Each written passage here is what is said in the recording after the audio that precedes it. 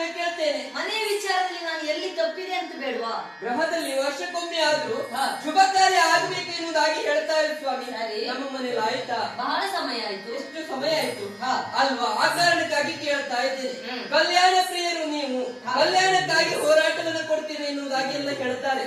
ಆದ್ರೆ ಮಗ ಮನ್ಮಥ ಮದುವೆ ಮಾಡಿಸುವ ಆಲೋಚನೆ ಇಲ್ಲವ ಹೇಗೆ? ಆ ಕುರಿತಾಗಿ ನಾನು ಆಲೋಚನೆ ಮಾಡಿದ್ದೇನೆ. ಕಾಲ ಎನ್ನುವುದು ಕೂಡಿ ಬರಲಿ ಎನ್ನುವುದಾಗಿ ಕಾತುರದಿಂದ ಕಾಯ್ತಾ ಇದ್ದವನು. ಬಿಡು, ನಿನಗೊಂದು ಭರವಸೆಯ ಮಾತೊಂದನ್ನು ಕೊಡ್ತೇನೆ.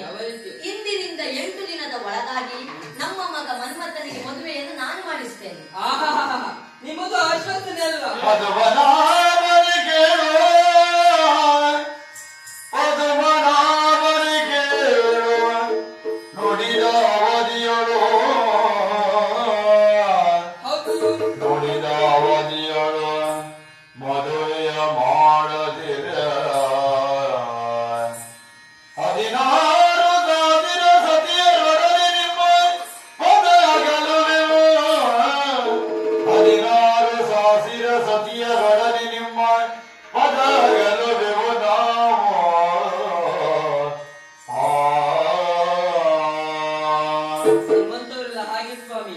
ದೊಡ್ಡ ದೊಡ್ಡದಾಗಿ ಆಶ್ವಾಸನೆ ಕೊಡ್ತಾರೆ, ಕಾರ್ಯರೂಪಕ್ಕೆ ಯಾವುದು ಬರುವುದಿಲ್ಲ ಸ್ವಾಮಿ.